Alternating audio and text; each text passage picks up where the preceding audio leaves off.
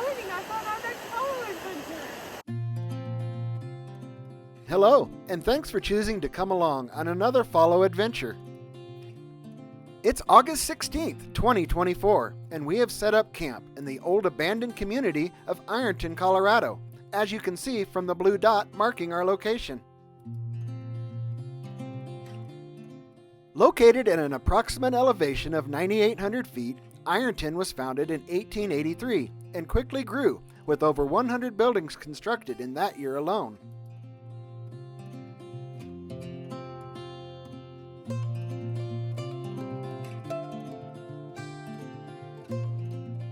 A few of the buildings still stand today and are protected by the Ouray County Historical Society.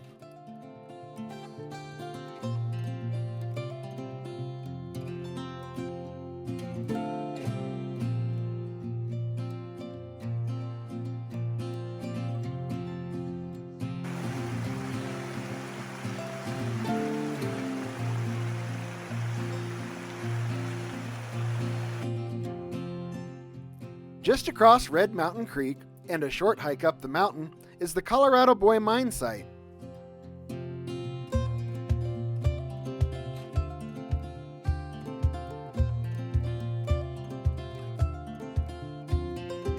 Vertical mining was prominent in this area, and this preserved structure serves as a good example.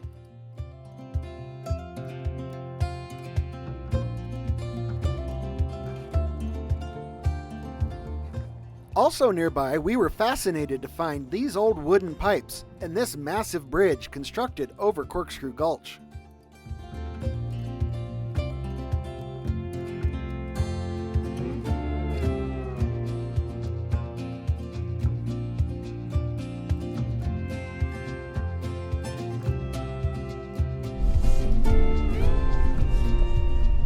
The next day, we set off in the Jeeps and headed north to Ouray, Colorado.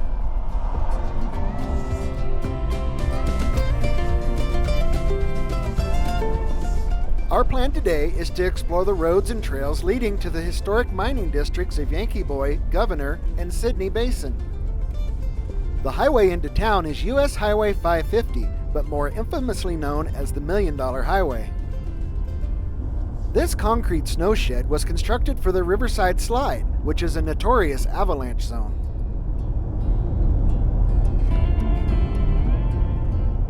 This roadway was originally constructed in 1880 by Otto Mears and began its life as a toll road connecting Silverton, the Red Mountain communities, and Ironton with the town of Ouray. Now there are several theories regarding how this stretch of iconic road received its name. The two most common, however, are as follows.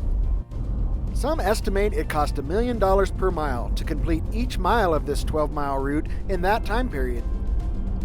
The other theory is simply people stating they would not drive that road for $1 million.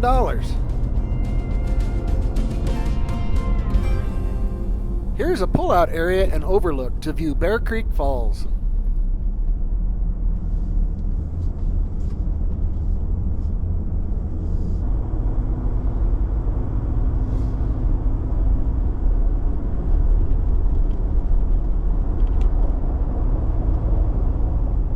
We had joked earlier, a fun pastime is to sit in Ouray and watch all the interesting attempts at parallel parking.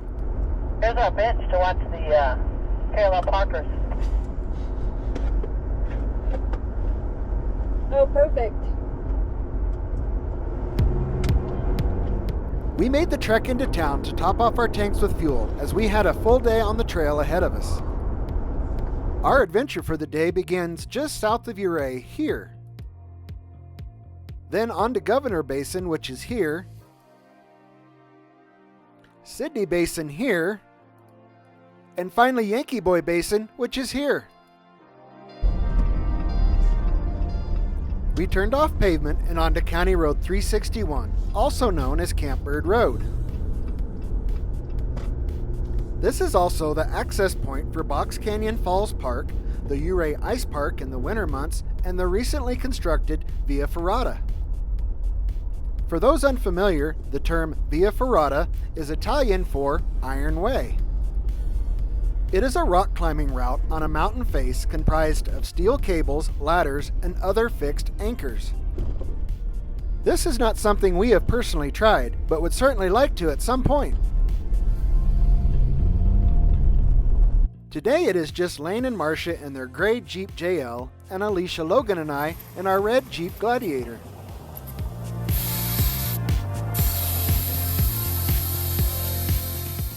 We stopped here for the ceremonial airing down of the tires.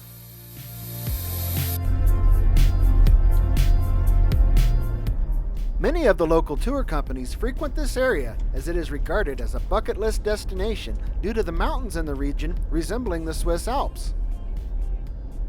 It is for this reason Ouray is known as the Little Switzerland of America.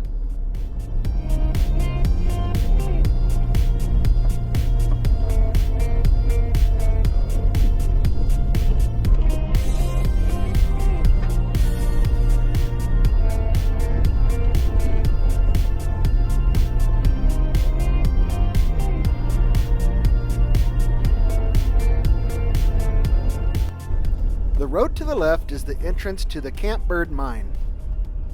It is also the lower access point for the well-known Imogene Pass Trail, which ultimately navigates all the way to Telluride, Colorado.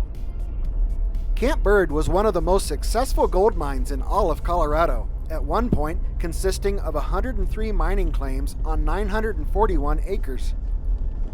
Discovered in 1893 by Thomas Walsh, the mine flourished.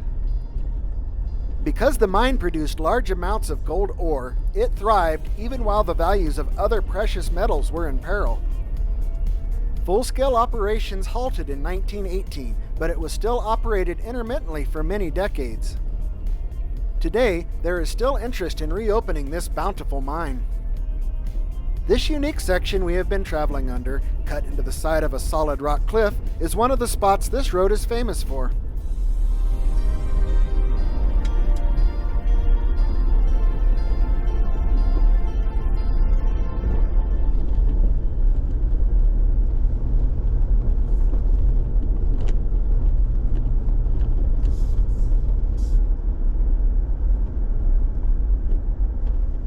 On the left is the upper access point for the Imogene Trail, and the one most commonly utilized. It is located here.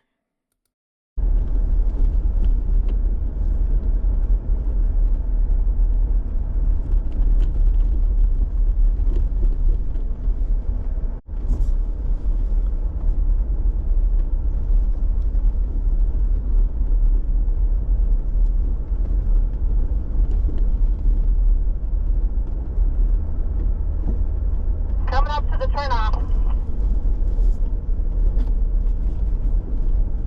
10-4.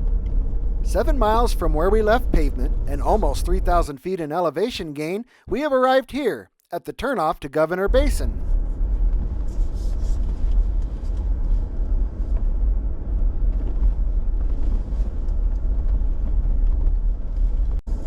Probably the last car you'll see on this part of the trail, huh? Probably. Gonna get a little rougher. Probably going to be a rough Jeep trail from here on up. Extreme off-road.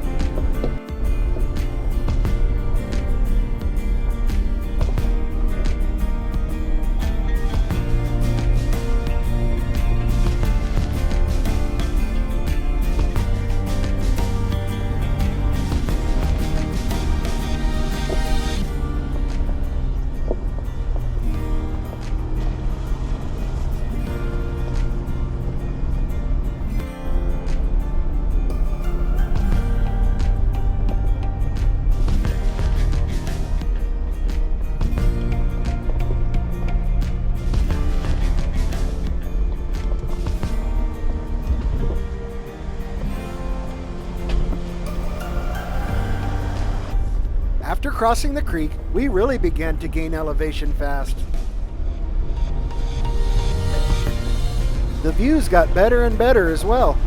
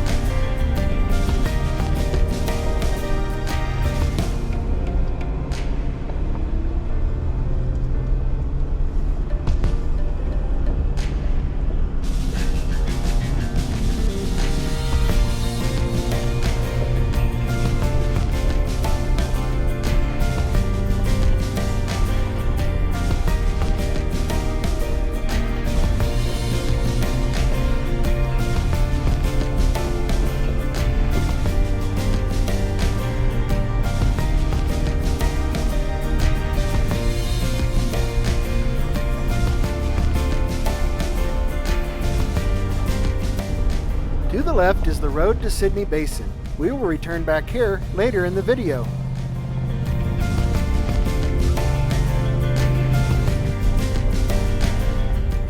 On the right is where we will have lunch on our way back down.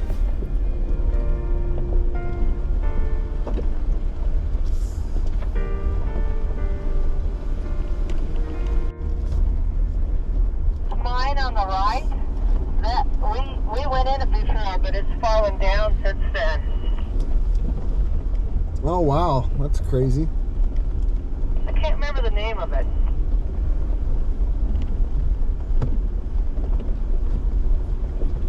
Have to check Onyx and see if it has its name.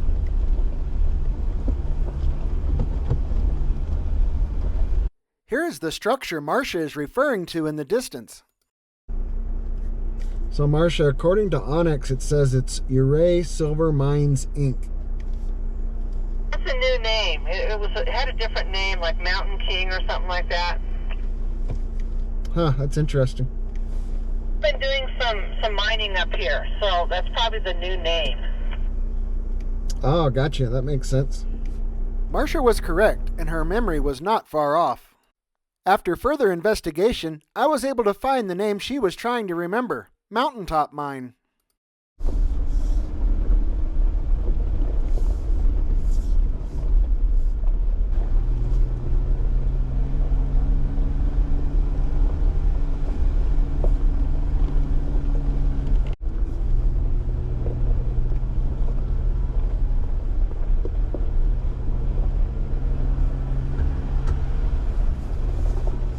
Cresting out on top, we encountered additional tour vehicles.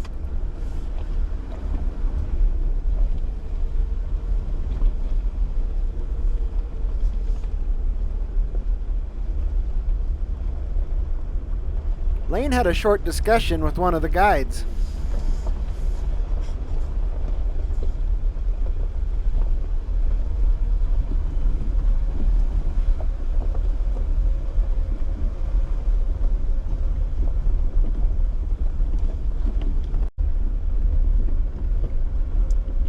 Other than further exploration of the mountaintop mine on foot, this is typically where you would turn around.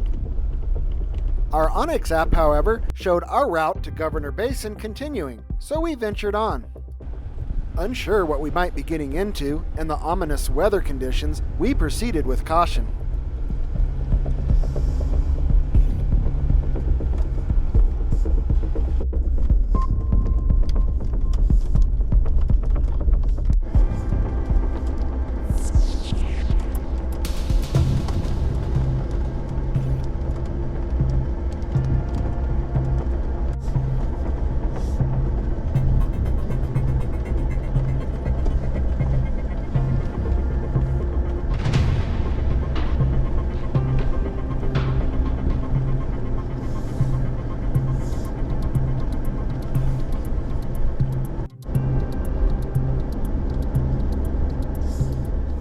Seen ahead are the jagged rock formations which make up the San Sophia's Ridge.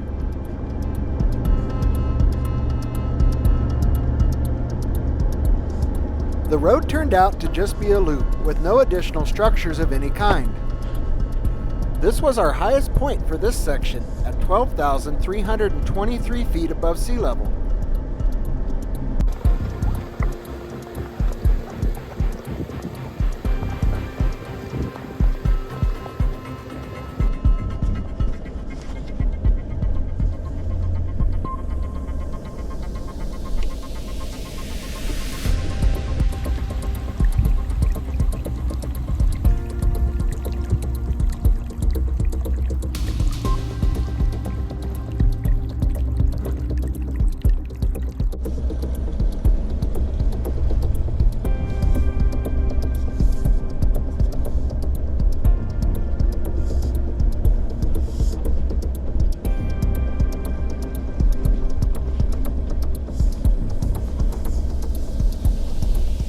There was a carpet of gorgeous wildflowers, and the views back down the canyon were amazing.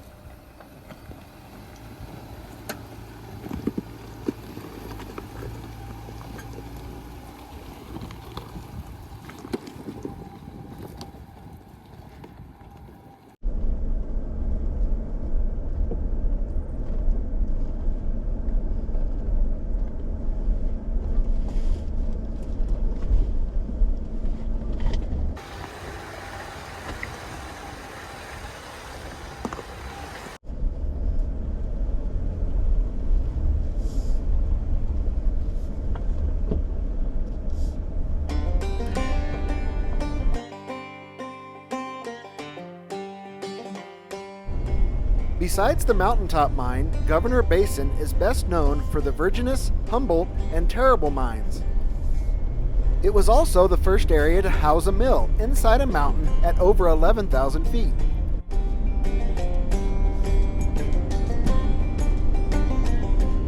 We completed our quick look at the area and then headed to our lunch spot.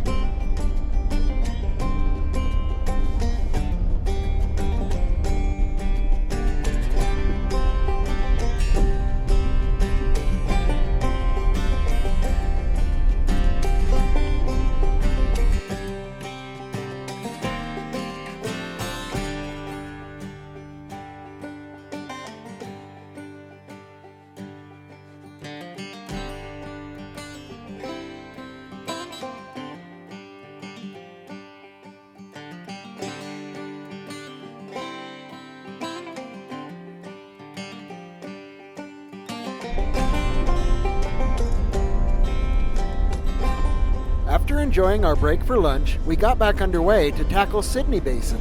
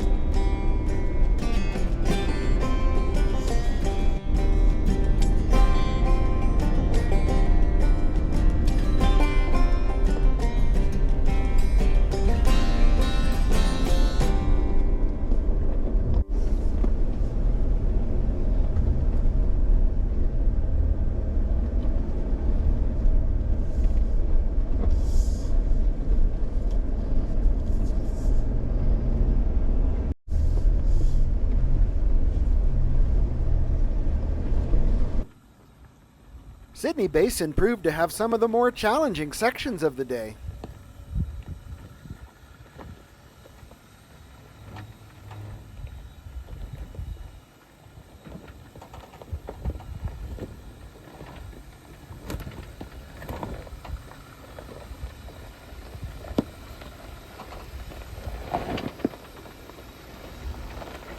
That's steep.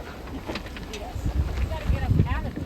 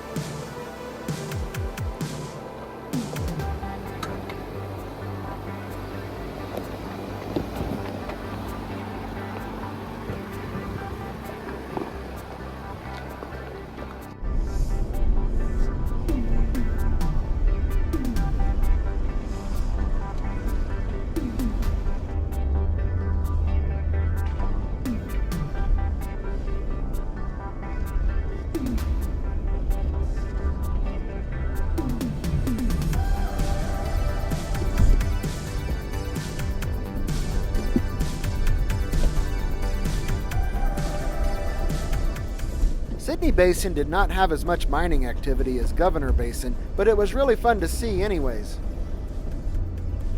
Lane's mother, Wainema, loves jeeping and has been doing it with them since the 90s when Lane first began.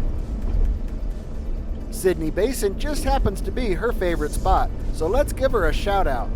Wainema, we're here. It's your favorite spot, Sydney Basin. Wish you were here.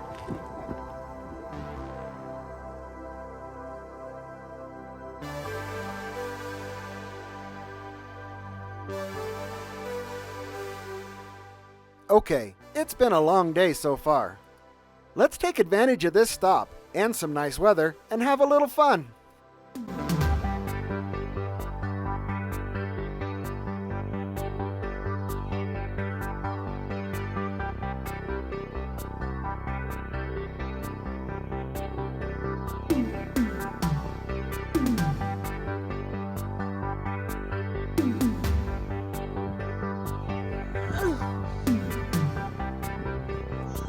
Yeah, babe, you got it. You got it, babe. Oh, yeah. Woo! That's awesome. Yeah.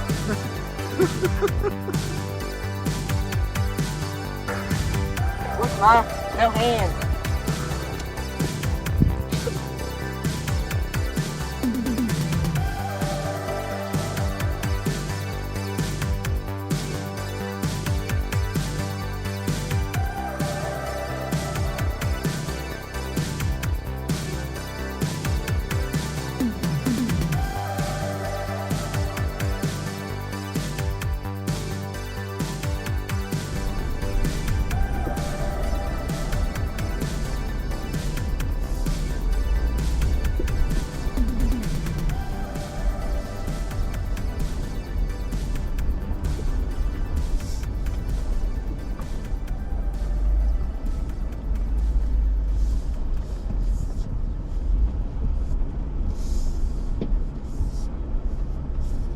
We turned around here and headed back the way we came in. This road continues on and intersects the Governor Basin Road further down the mountain, but Lan'e indicated it had gotten a little too narrow and tight for full-bodied rigs. Our trek over to Sydney Basin was 1.5 miles round trip and took us back to an elevation of 11,959 feet along the way.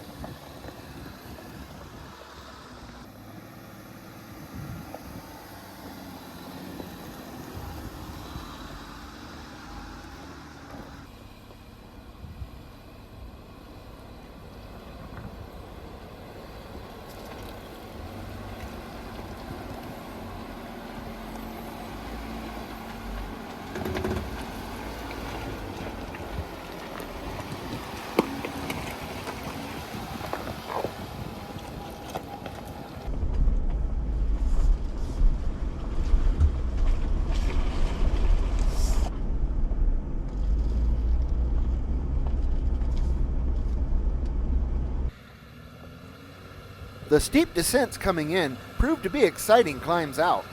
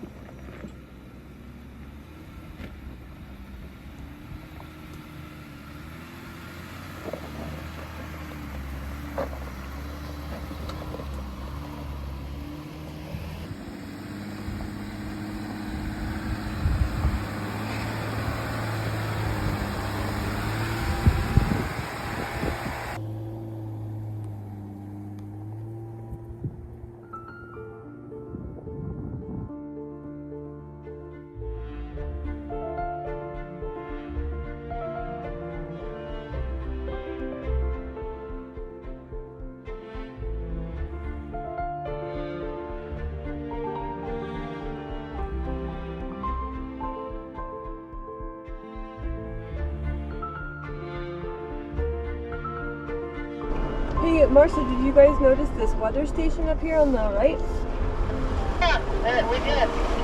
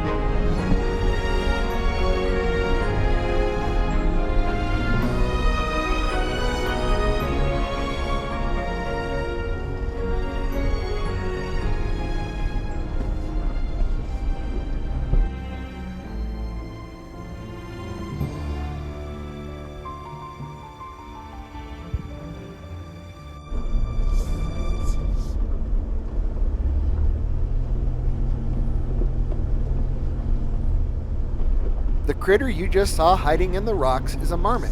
You will encounter them a lot up here in the high country.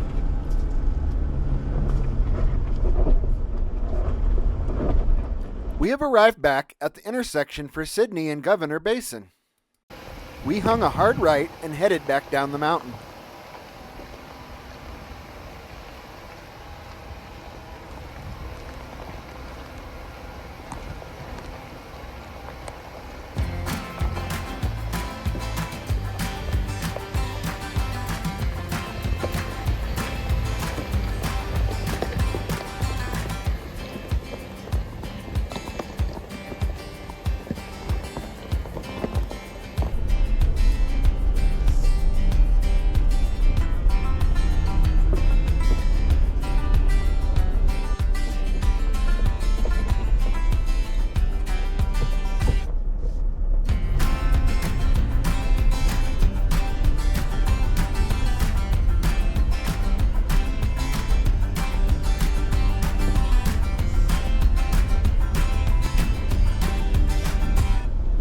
Along the way, we were having a discussion amongst ourselves inside the Gladiator regarding the latest Gen Z slang being used nowadays by those considered to be hip and cool.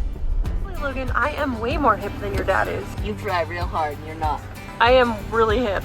You're the opposite of him. You better get busy with the biz or you're gonna be cooked.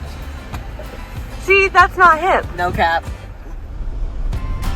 Alright, here's a translation for what was just said for those unhip and uncool folks.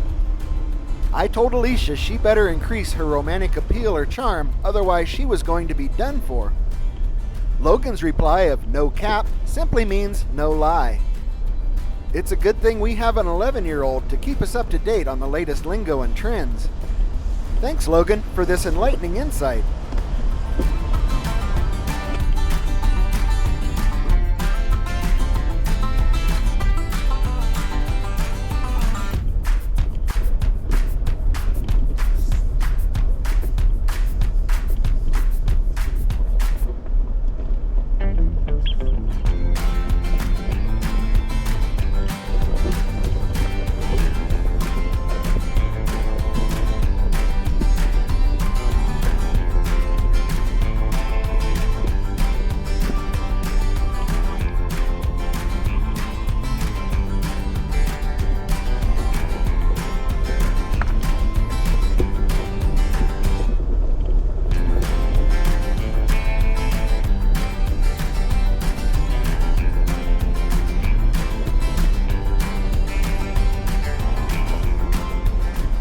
We are now back at the main Yankee Boy Basin road, so we turned left and headed up the mountain.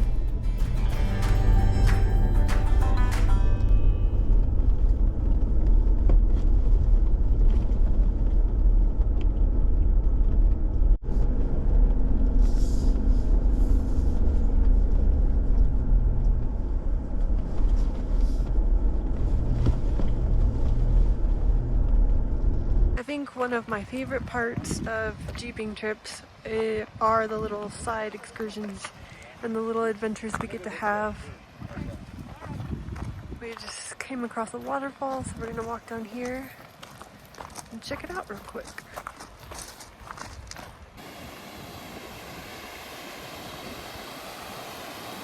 The waterfall Alicia is referring to is actually a series of waterfalls and is part of Sneffels Creek.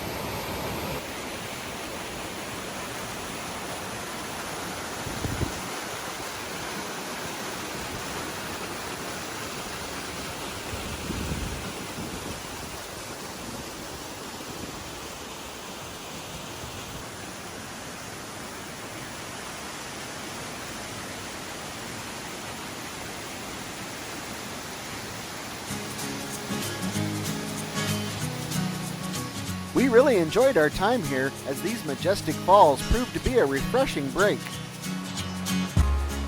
Holy cow! One of us may have even gotten to show off their impressive dance moves.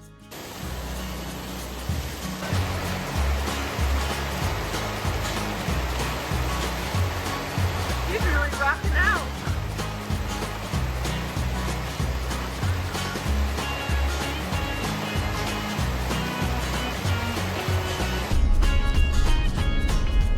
Back underway, we made our final push for Yankee Boy Basin.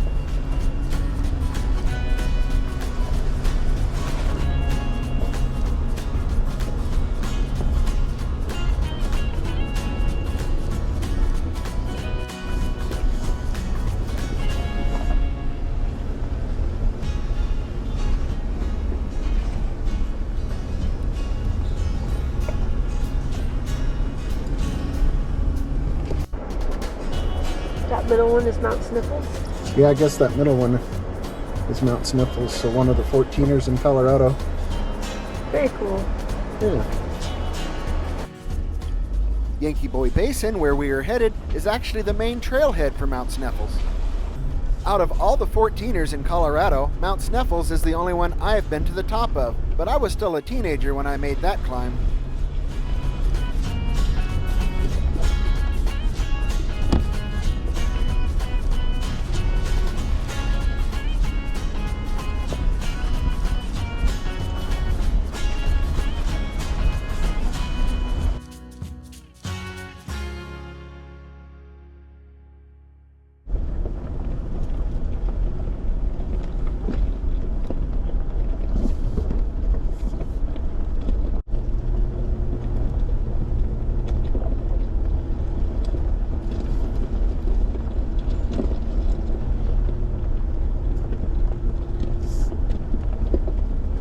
This upper section is rough.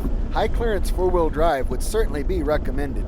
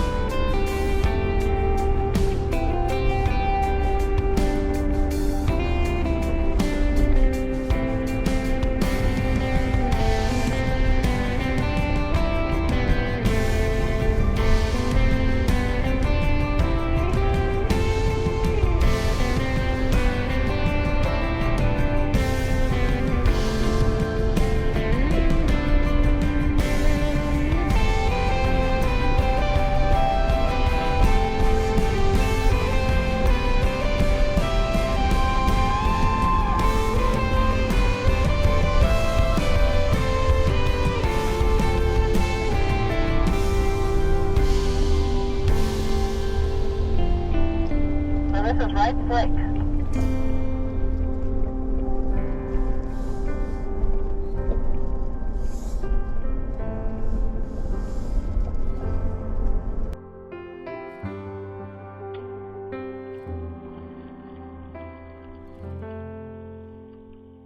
Did you say? I'm gonna beat you. The record's 3. Let's see how many times. 1, 2, 3, 4, 5. 1, 2, 3, 4, 5. Ooh, that was good. That's like 7 times. Did you get it on video?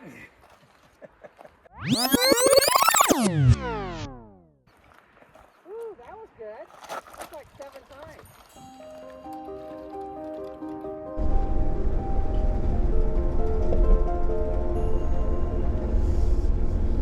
Wrights Lake was optional, but we felt it was worth the short detour.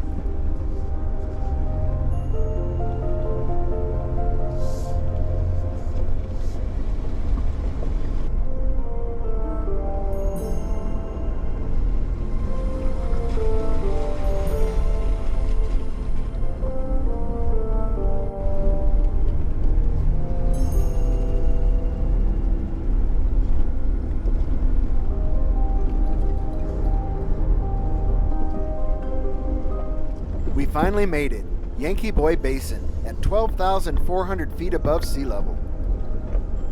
As stated earlier, this is the main trailhead for Mount Sneffels, but also for Blue Lakes.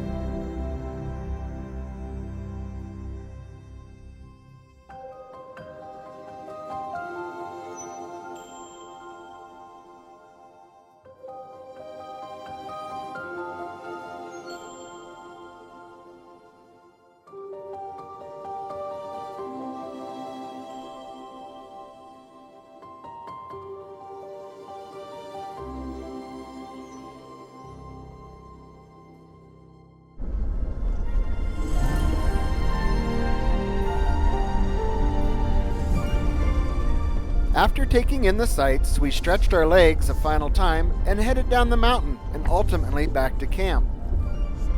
Our total off-road miles for the day were 17.5 with an elevation differential of 4,500 feet. The views were absolutely spectacular all day and the weather remained decent for the most part.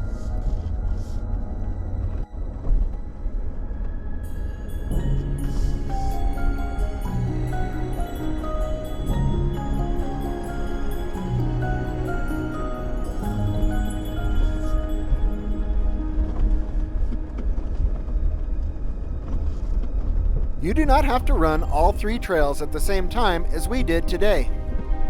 They obviously can all be run individually. It really just comes down to how much time you want to spend on the mountain.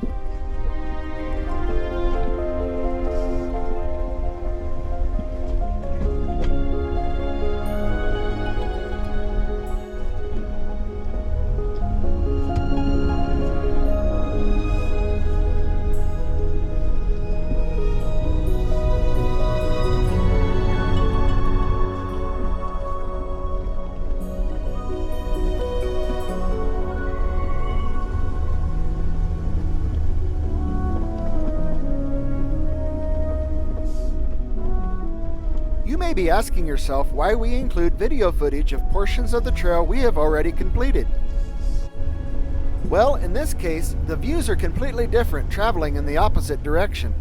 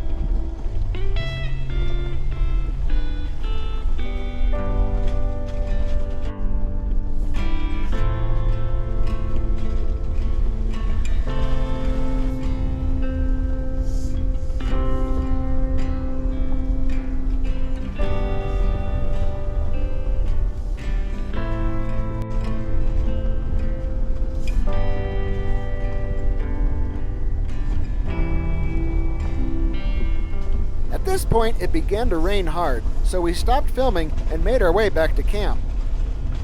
During dinner, we had a pleasant but unexpected visitor. That's a big one. You don't want to upset that guy. Those trailheaders. He spotted us. He's trying to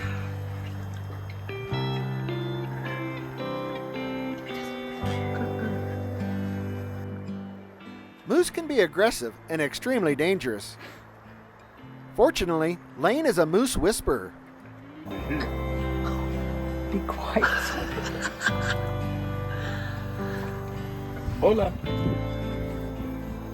It's okay. As you were. Thanks for watching.